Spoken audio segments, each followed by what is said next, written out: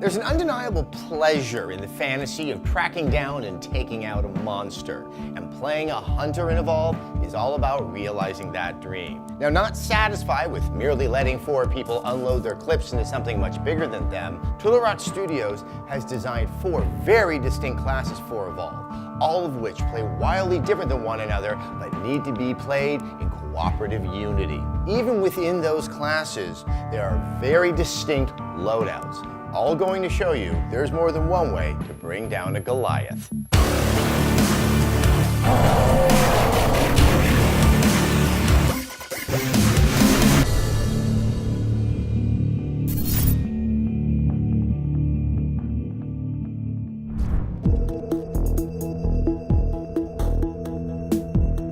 I guess at the beginning of the game, the ideas are there and you're ready, set to start to make it happen. What was the concept of the hunters? What was the core thing that was essential to sort of fleshing them out?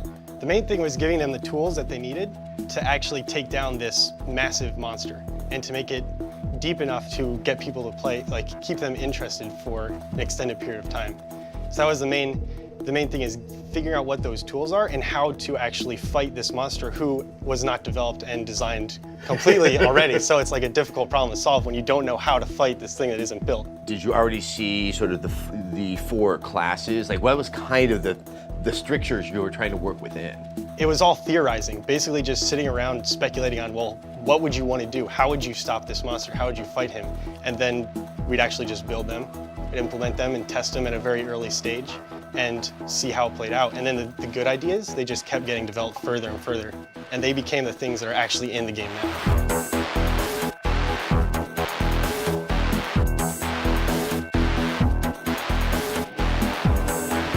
They may not be the most novel of the aspects, but the hunters, just based on proportions, people will be spending a lot of time playing as them. What was kind of the key elements to make the hunter experience memorable and special? The first part's obviously the gameplay and making sure that the gear is there, and the gear kind of helps the co-op happen, right? Every class has a role, an important part to play. And so there's that aspect of it, and then there's really the art side of it, which the VO personalities. You've got the games that will sort of have the generic guy, right? And we like having characters that you can kind of fall in love with and get to know. We look for like really strong archetypes. There's a fine line between archetype and stereotype. Stereotype is a negative thing. Archetype is sort of a celebration. The big thing is that we want the characters to feel new and fresh, but also familiar and kind of comfortable, right? Like, so when you look at Markov and you hear him talk, oh, okay, I get it. He's the big boisterous, Russian guy who likes to fight. I get that. One of the things that we decided to do sort of later in the process was kind of go a little bit stylized with them. Not only does it make them easier to sort of pick up in the game, but it also sort of exaggerates their character and reinforces that lovability.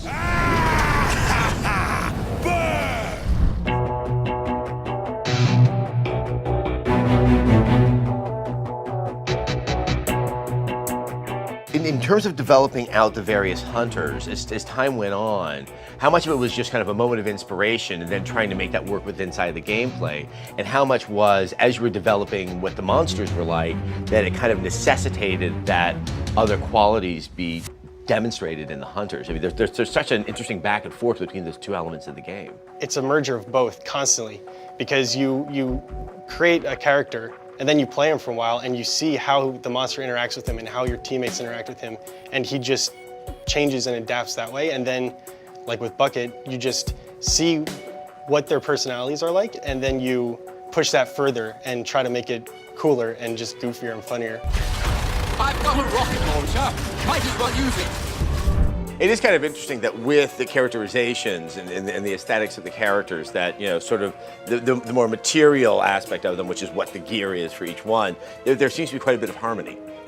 Markov's gun seems like the gun that Markov should have. So what we did was we took all that big pile of gear and we said, okay, what goes really well with the lightning gun? We felt like arc mines went really well with that. And we started piecing gear together, and that wound up sort of being themes. Lazarus having a silent sniper rifle with the ability to cloak and the ability to bring people back from the dead leads to a very stealthy character, right? I kind of arranged all the gear in theme, so all I knew was that Markov's gear was electricity based. I had no idea what the character might look like or anything. I just know that it's electricity based, right? And then my job's kind of done and I hand that off. Okay, well, I get it. This character is he's lightning themed, he's electrical themed, you know, and then you start thinking about, you know, where can I take that? Yeah. Okay, Bucket this. can take its head off and send it off into the world to go exploring. We had a lot of fun with Bucket, I will admit. He, for out of all the characters, I'd say Bucket probably has more than his fair share of personality.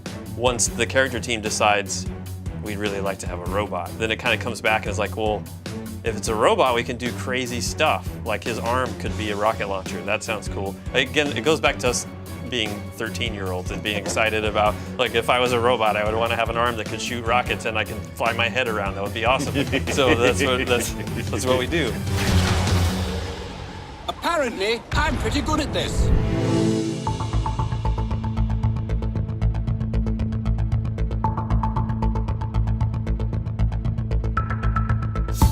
And then you also have, you know, perks. Each, you know, hunter is like, okay, I want to be able to move faster, I want to be able to heal faster. That's a lot of variables to take into account. I mean, when was the decision that you wanted to give just one more option to the player to kind of really distinguish their character? I mean, I definitely have seen advantages from it, but boy, did you add a lot of work on your end. We see teams collaborate sometimes and say, okay, let's all take damage, the extra damage perk. And so they know that they're sort of sacrificing like armor or movement speed or some other thing, but they all know that they're going to focus on doing damage that round, you know? So you'll see individuals make decisions about what my favorite perk is, but you also see teams coordinating and coming up with sort of these high-level strategies, which is really fun. It just adds to replayability. Can I play 100 rounds and still feel like there's more stuff for me to try? Ideas come from all over the place. Everybody's playtesting a game, and then you find out really cool ways to push it even further, which is awesome.